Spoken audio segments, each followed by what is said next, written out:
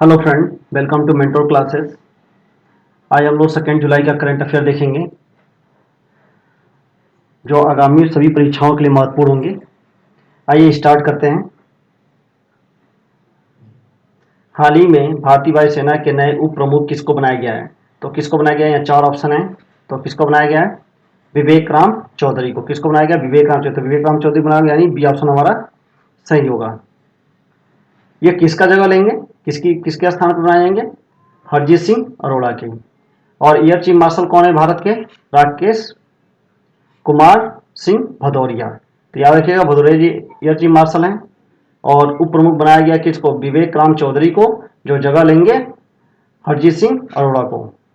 ठीक है, देखते हैं इससे इंपॉर्टेंट कुछ और फैक्चुअल इन्फॉर्मेशन देखते हैं जो अभी सभी एग्जाम के लिए हमारे इंपॉर्टेंट होंगे, जो इंडियन आर्मी या एयरफोर्स के एग्जाम देंगे या एनडीए सीडीएस का। तो एयर मार्शल विवेक राम चौधरी एयर मार्शल अजीत सिंह अरोड़ा का स्थान लेंगे। एयर चीफ मार्शल कौन है? भदौरिया जी हैं। और भारतीय वायुसेना की स्थापना कब की गई थी? तो 8 अक्टूबर 1932 को। और भारतीय वायुसेना का मुख्यालय कहाँ है? नई दिल्ली। तो इसमें पिक का पहचानिए आप लोग, ये कौन है और ये कौन है? तो ये हमारे कौन है? ये चीफ मार्शल। और ये हमारे कौन है जो अभी बनाए गए हैं? विवेक राम चौधरी। ठीक है, तो दोनों लोग का पिक देख लीजिए यहाँ पे। नेक्स्ट क्वेश्चन की तरफ देख बढ़ते हैं हम लोग, देखते हैं। नीति आयोग के सीईओ के रूप में किसे 1 साल का विस्तार मिला है? तो जो पहले थे वो अभी भी हैं, तो कौन है? सोच के बताइए। यहाँ पे क्या हो जाएगा? क्या आंसर होगा? यहाँ पे होगा आंसर ए, नीति आयोग। अब यहाँ एक क्वेश्चन बन सकता है कि नीति आयोग किसके स्थान पर लाया गया था? तो प्लानिंग कमीशन यानी योजना आयोग, नाम सुने होंगे आप लोग। अच्छा, योजना आयोग के अध्यक्ष कौन होते थे? तो प्रधानमंत्री होते थे। कब लाया गया था नीति आयोग? 2015 में। कब लाया था? 2015 में। किसके स्थान पे? योजना आयोग के स्थान पे। चलिए कुछ इंपॉर्टेंट क्वेश्चन और देखते हैं इस रिलेटेड, जो हमारे एग्जाम में पूछे जा सकते हैं। आपका रिवीजन भी हो जाएगा यहाँ पे। कैबिनेट की नियुक्ति समिति ने नीति आयोग के मुख्य कार्यकारी अधिकारी अमिताभ कांत के कार्यकाल को बढ़ा के 2022 तक कर दिया है। ये नहीं पूछेगा तो आपको एग्जाम में ये पूछ सकता है। नीति आयोग की स्थापना कब की थी? 1 जनवरी 2015 को। मुख्यालय और नीति आयोग के अध्यक्ष और योजना आयोग के अध्यक्ष दोनों ही प्रधानमंत्री होते थे। ठीक है, अब यहाँ पे मैंने नरेंद्र मोदी जी को डाला हुआ है, तो ये कौन है? हमारे प्राइम मिनिस्टर। तो याद रखिएगा, ये केवल कंफ्यूज करने के लिए, बाकी कुछ नहीं। अगर वहाँ पूछेगा नीति आयोग के अध्यक्ष कौन होते हैं, वहाँ प्रधानमंत्री, गृह मंत्री, रक्षा मंत्री, इस तरह के भी अगर ऑप्शन आ जाते हैं तो आप वहाँ पे फाइंड आउट कर लीजिएगा। चलिए थर्ड नंबर क्वेश्चन देखते हैं। ग्लोबल स्टार्टअप इकोसिस्टम इंडेक्स में भारत किस स्थान पे है? तो भारत किस स्थान पे है? तो 20वें स्थान पे है। चलिए इससे कुछ इंपॉर्टेंट और फैक्ट देखते हैं। तो स्टार्टअप ब्लिंक द्वारा ग्लोबल स्टार्टअप इकोसिस्टम इंडेक्स जारी किया गया। 100 देशों में भारत 20वें स्थान पे। कौन से स्थान पे है? 20वें स्थान पे है। 2020 में कौन सा स्थान था? 23वें स्थान पे। 2019 में 17वें स्थान पे। भारतीय शहरों की अगर रैंकिंग देखा जाए तो 1000 शहरों की सूची में कुल कितने भारतीय शहर आए हैं? तो 43। इसमें टॉप पे कौन है? तो बेंगलुरु। बेंगलुरु कहाँ पे है? कर्नाटक में। अगर देशों की श्रृंखला में देखा जाए तो अमेरिका क्या है? टॉप पे। उसके बाद से यूके, इजराइल। ये 3 याद रखिएगा, बहुत ही इंपॉर्टेंट है। और मात्रा देखा जाए, अगर क्या मापदंड तैयार किए थे कि किस मापदंड पे तैयार किया जाता है, अगर ये पूछ रहे तो मात्रा, गुणवत्ता और व्यवसायिक वातावरण। नेक्स्ट क्वेश्चन की तरफ बढ़ते हैं, हम लोग देखते हैं। भारत मूल के किस अमेरिकी को अब तक के सबसे युवा शतरंज ग्रैंड मास्टर का खिताब मिला है? तो भारतीय मूल के हैं। और किसको मिला है ये? तो ये मिला है आपके अभिमन्यु मिश्रा को। ये देखेंगे आपको प्रज्ञानंद, एक्चुअली ये जीत जाते हैं, लेकिन इन्होंने इनकी थोड़ी सी गलती की वजह से अभिमन्यु मिश्रा जीत गए, लेकिन ये भारतीय मूल के और ये भारतीय थे, यही अंतर है। देखिए क्वेश्चन, इससे कुछ फैक्चुअल इंफॉर्मेशन और देख लेते हैं हम लोग। अभिमन्यु मिश्रा दुनिया के सबसे कम उम्र के शतरंज ग्रैंड मास्टर बन गए। इंपॉर्टेंट है, किसी भी एग्जाम में पूछा जा सकता है, किसी इंपॉर्टेंट लेख। चलिए, भारत के प्रज्ञानंद थोड़ी सी गलती से क्या रह गए? पीछे रह गए हैं। भारतीय निशानेबाज राही सरनोबत ने आईएसएसएफ विश्व कप शूटिंग में क्या जीता है? स्वर्ण पदक। ये महिला है, याद रखिएगा। ये पीछे पढ़ाया भी जा चुका है, केवल यहाँ पर हम आपको रिवीजन करा रहे हैं। अंशुला राव को 2 प्रतिबंध पाने वाली पहली भारतीय महिला क्रिकेटर बनी है। तो याद ये कहाँ की है, याद रखिएगा मध्य प्रदेश की हैं। याद रखिएगा, इंपॉर्टेंट क्वेश्चन है ये। पहली ऐसी कोई महिला है जिनको बैन किया गया है डोप के लिए, यानी नशीला पदार्थ लेने के लिए, ताकि खेल की क्षमता बढ़ा जाए।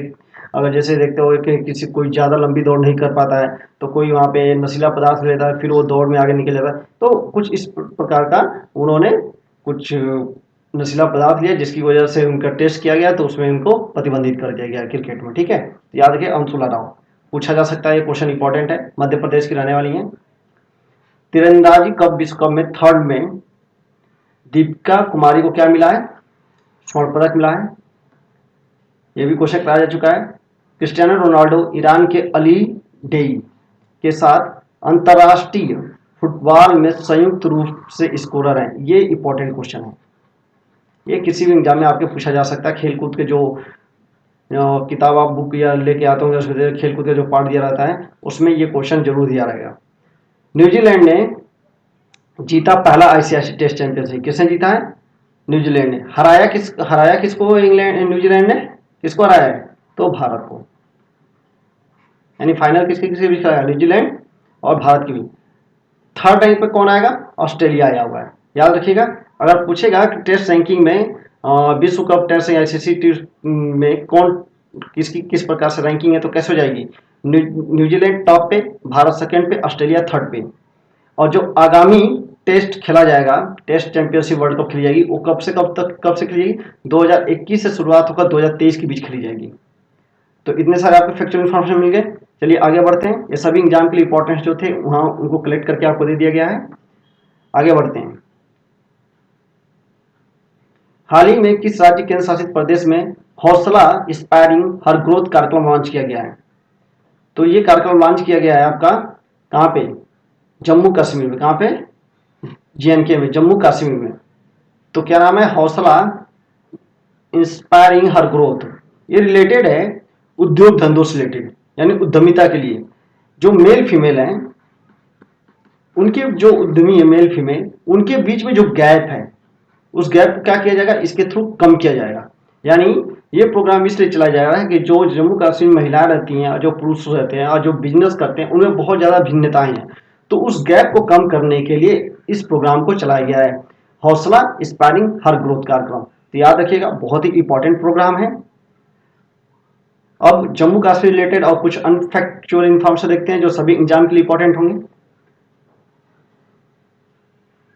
तो जम्मू कश्मीर को उपराज्यपाल कौन है, मनोज सिन्हा। कौन है, मनोज सिन्हा। याद रहेगा आपको, मनोज सिन्हा। महिलाओं दिमाग को प्रेरित करने के लिए इन्होंने हौसला इंस्पायरिंग हर ग्रोथ प्रोग्राम लॉन्च किया।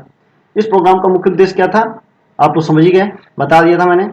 और ये कुछ फैक्चुअल और इन्फॉर्मेशन देखते हैं। केंद्र शासित प्रदेश है ये आपका दिल्ली।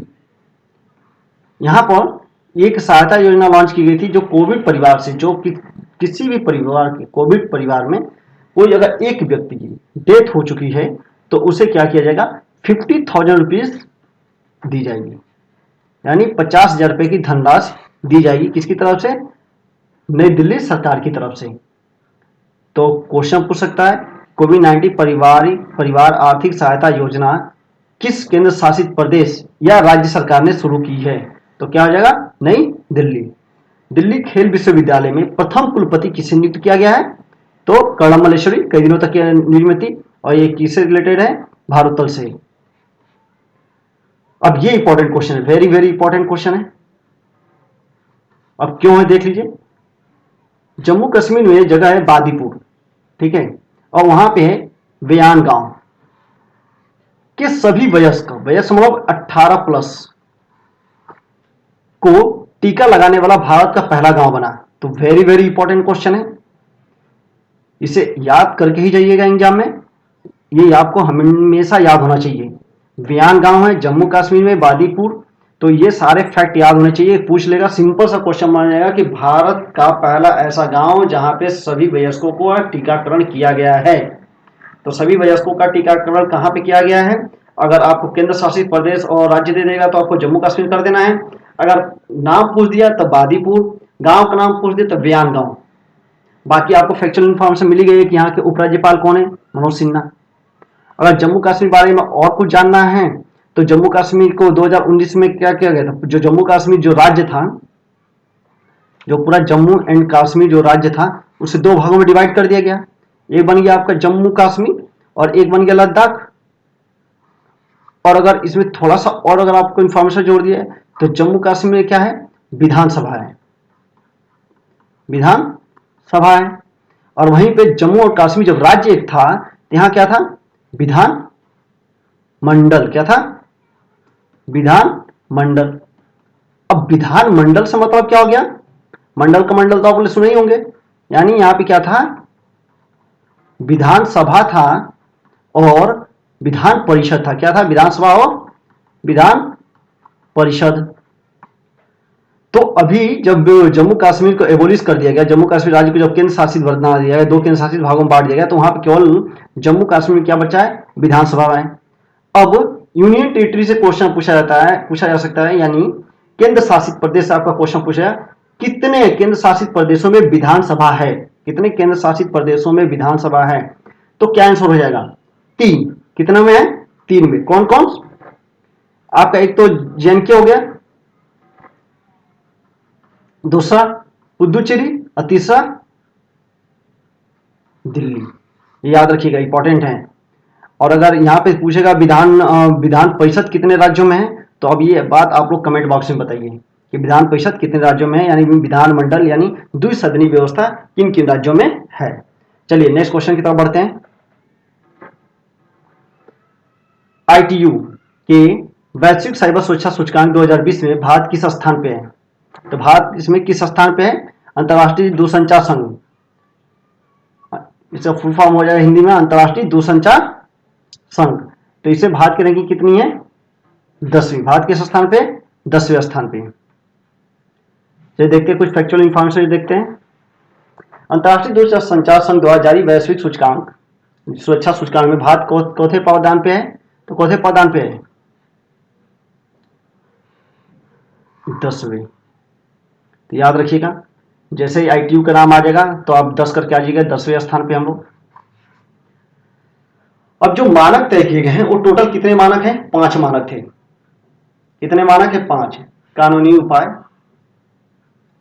तकनीकी उपाय, संगठनात्मक उपाय, क्षमता विकास एवं सहयोग। टोटल 5 मानक के आधार पे ये जो रैंकिंग तैयार की गई है, इस रैंकिंग में भारत चौथे स्थान पे है, तो भारत 10वें स्थान पे है। अगर देशों की रैंकिंग में टॉप पे पूछे, सबसे टॉप पे कौन है, तो कौन हो जाए, संयुक्त राज्य अमेरिका। और दूसरे मैंने 2 देशों का नाम लिखा था, यूनाइटेड किंगडम का और सऊदी अरब। ये संयुक्त रूप से दूसरे स्थान पे आ गए, कौन, ये दोनों। तो बस तीनों का नाम याद रखिएगा, टॉप पे संयुक्त राज्य अमेरिका, उसके बाद से यूके, उसके बाद से सऊदी अरब। तो 3 का नाम याद रखिएगा। इसका मुख्यालय कहाँ पे है, तो जिनेवा स्विट्जरलैंड में। स्थापना कब की गई थी इसकी, 17 मई 1865 को। ये याद रखिएगा, पता चले कर दे 1965 तो आप एग्जाम 1965 मार्क मत चले आइएगा, तो ऐसी गलती नहीं करना है। इसलिए आपको यहाँ पे जो डेट प्रीवियस में है तो उसको बता दिया जा रहा है कि 1865 है। अब कुछ और इंफॉर्मेशन देखते हैं। विदेशी कामगारों के लिए दुनिया का सबसे महंगा शहर कौन है, तो कौन है, अशगाबाद। और भारत का मुंबई। सदी के टॉप परोपकारी लोगों की सूची में सबसे टॉप पे कौन रहे हैं, जमशेदजी टाटा। ये पढ़ाया जा चुका है। स्विस बैंक में जमा धन के मामले में भारत का चौथा स्थान है, तो 51 स्थान है। इंपॉर्टेंट है। अब क्यों इंपॉर्टेंट भी है, नहीं भी है, दोनों है। क्योंकि जब ये रिपोर्ट आई थी तब भारत के हर न्यूज़पेपर में, जितने भी न्यूज़पेपर हैं, सभी न्यूज़पेपर हैं, the Hindu, Indian times, economist time, Dainik Jagran, जितने भी न्यूज़पेपर हैं, सभी न्यूज़पेपर में ये कम से कम ये न्यूज़ 2-3 दिन तक लगातार छाई रही कि स्विस बैंक में भारत का काला धन बढ़ गया है। तो इस तरह की बहुत सारी रिपोर्टें हैं। तो उसको जारी किसने किया था, इस रिपोर्ट को, तो central bank, Swiss national bank के द्वारा जारी किया गया था। तो क्वेश्चन ये पूछ देगा, ये तो सभी लोगों को पता होगा कि स्विस बैंक में काला धन है, काला धन है, ठीक है, काला धन, ऐसा कोई धन नहीं होता है, लेकिन ठीक है, उसको नाम दे दिया गया है। तो भारत चौथे स्थान पे, 51 स्थान पे। ये रिपोर्ट जारी कौन करता है, तो central bank, Swiss national bank जारी कर। अब ये नहीं यहाँ पे दे देगा आपको, IMF दे देगा कंफ्यूज करने के लिए, वर्ल्ड बैंक दे देगा, तो ऐसा कुछ मत गड़बड़ी कीजिएगा, ठीक है। तो यहाँ पे कोई गड़बड़ी नहीं होनी चाहिए। यहाँ पे बस आपको होना चाहिए कि स्विस, बस याद रखिएगा स्विस, यानी स्विस बैंक है, स्विस की ही रिपोर्ट जारी किया है, तो स्विस नेशनल बैंक कर दीजिएगा, central bank Swiss national bank. चलिए नेक्स्ट देखते हैं, सतत विकास रिपोर्ट 2021 में भारत की रैंकिंग कितनी है? 120। यह भी क्वेश्चन बहुत इंपॉर्टेंट है। और सतत विकास रिपोर्ट यानी सस्टेनेबल डेवलपमेंट गोल, सस्टेनेबल, यहाँ देख लीजिए, एक बार बता देता हूं।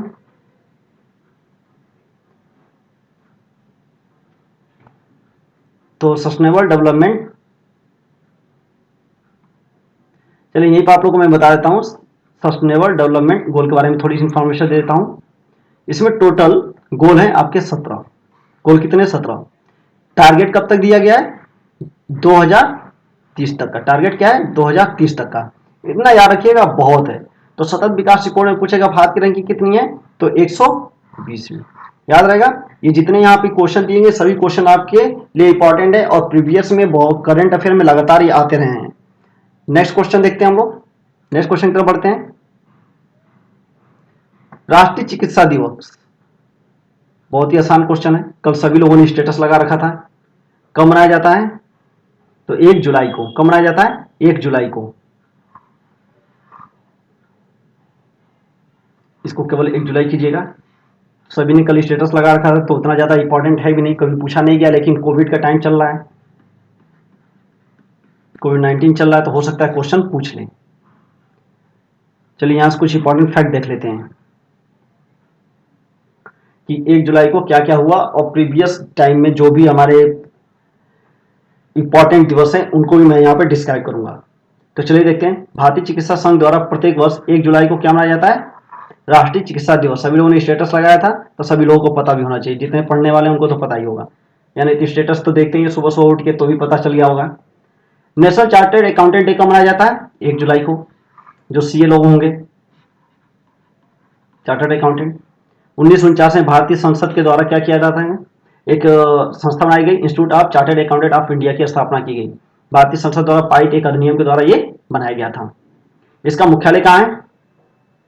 तो नई दिल्ली। मुख्यालय कहाँ है? नई दिल्ली। इसके अध्यक्ष कौन है? सीए निहार एन जबूसरिया।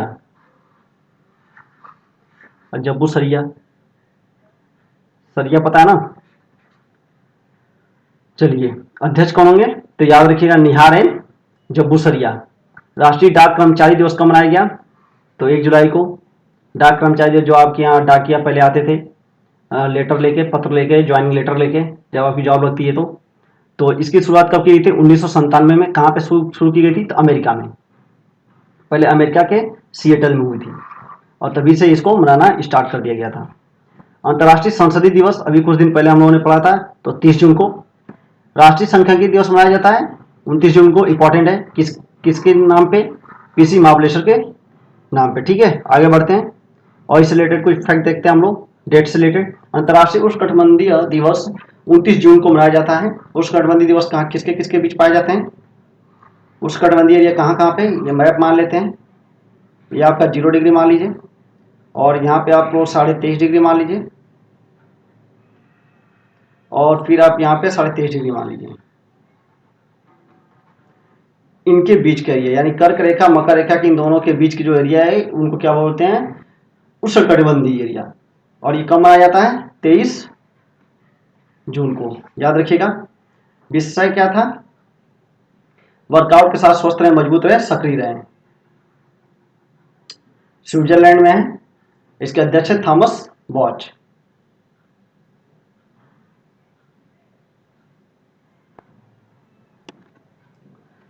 तो ओलंपिक दिवस कब मनाया जाता है? 23 जून को। तो क्या हो जाएगा? 23 जून। डेट याद रखिएगा, 23 जून। और आजकल ये इससे रिलेटेड रोज न्यूज में कुछ ना कुछ आ रहा है। क्यों? क्योंकि जो ओलंपिक होने वाला था 2020 में, वो कोविड की वजह से पोस्टपोन करके कब किया जा रहा है? 2021 में। कहाँ पे?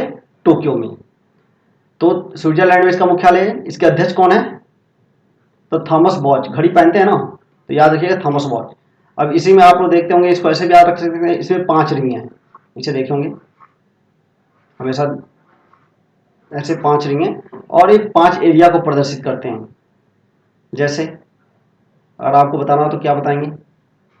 एक आपका संयुक्त राज्य अमेरिका हो गया, एक एशिया को प्रदर्शित करता है, एक अफ्रीका को प्रदर्शित करता है। तो इनके कलर है, तो आप इसको कमेंट बॉक्स में आप लोग बताइए इसके बारे में। मैंने एक वीडियो में पूरा पूरा मैंने बता रखा है इसके बारे में। चलिए आगे बढ़ते हैं। संयुक्त राष्ट्र लोक सेवा दिवस कब मनाया जाता है? 23 जून। तो अब बताइएगा भारत का, आपको बताना है भारत का, ये बता रखा है मैंने, ये क्वेश्चन होगा आप लोग के लिए। अंतर्राष्ट्रीय योग दिवस 21 जून, बहुत ही इजी क्वेश्चन है, मनाते आ रहे हैं आप लोगों ने, उस दिन योगा किया होगा। विश्व मत्स्यकरण दिवस 17 जून। पवन ऊर्जा दिवस 15 जून। इंपॉर्टेंट है। अब इंपॉर्टेंट ये नहीं है, इंपॉर्टेंट ये है, ये देख लीजिए, पूछेगा कि 2021 से 2025 में भारत पवन से कितना गीगावाट ऊर्जा उत्सर्जित करेगा। दे देगा आपका ऑप्शन में 5 गीगावाट, 10 गीगावाट, 15 गीगावाट, 20 गीगावाट। तो कितना गीगावाट है? 20 गीगावाट, याद रखिएगा। और विश्व में पवन ऊर्जा के मामले में भारत चौथे स्थान पे है, तो 4th रैंक है, ये भी याद रखिएगा, इंपॉर्टेंट है। विश्व खाद्य सुरक्षा दिवस 7 जून, भाई सभी को खाना मिलना चाहिए। जैसे भारत में योजना चलाई जा रही है कि सभी को 5 किलो अनाज मिलना चाहिए, 3 किलो ये अनाज मिलना चाहिए। तो इस तरह की योजना जो चलाई जा रही है, यानी सभी को खाद्य यानी भोजन मिलना चाहिए। विश्व दूध दिवस कब मनाया जाता है? 1 जून को। नेक्स्ट क्वेश्चन की तरफ बढ़ते हैं। हाल ही में किस राज्य एवं केंद्र शासित प्रदेश में सुकून हेल्पलाइन को उद्घाटन किया? तो भैया सबको सुकून चाहिए, तो किसने शुरू किया है? तो जम्मू एंड कश्मीर ने। एक्सप्लेनेशन देख लेते हैं इसका कुछ। जम्मू कश्मीर के मुख्य सचिव अरुण कुमार मेहता ने सुकून हेल्पलाइन का उद्घाटन किया। मिशन SDRF जो 1st बटालियन कश्मीर के द्वारा के सहयोग से क्या किया गया? लॉन्च किया गया। इसमें मानसिक रोगियों या किसी को और किसी प्रकार की जरूरत होती है तो इसमें एक टोल फ्री नंबर दिया गया है 1800 करके, उस पर कॉल करेंगे तो उनको सहायता पहुंचाई जाएगी, यानी मदद पहुंचा दिया जाएगा। नेक्स्ट क्वेश्चन देखते हैं। हाल ही में किस समाचार ने अपने 200 साल पूरे किए? 200 साल लंबा टाइम होता है, किसने पूरा किया है? तो मुंबई समाचार ने। किसने पूरा किया है? मुंबई समाचार ने। मुंबई समाचार पहली बार 1822 से प्रकाशित हुआ। गुजरात में से पूर्व में मुंबई समाचार कहा जाता था। यह आपका यहीं पर आपका करंट अफेयर समाप्त होता है। और अगर आपको ये वीडियो अच्छा लगे, इसके क्वेश्चंस फॉर्मेट आपको अच्छे लगें और इसमें दिए गए एक्सप्लेनेशन आपको अच्छे लग रहे हो तो आप इसे प्लीज़ सब्सक्राइब करें, लाइक करें। Thanks for watching. और जो क्वेश्चंस पूछा गया उसका कमेंट बॉक्स में आंसर दें। नेक्स्ट वीडियो में हम लोग मिलते हैं जल्द से जल्द।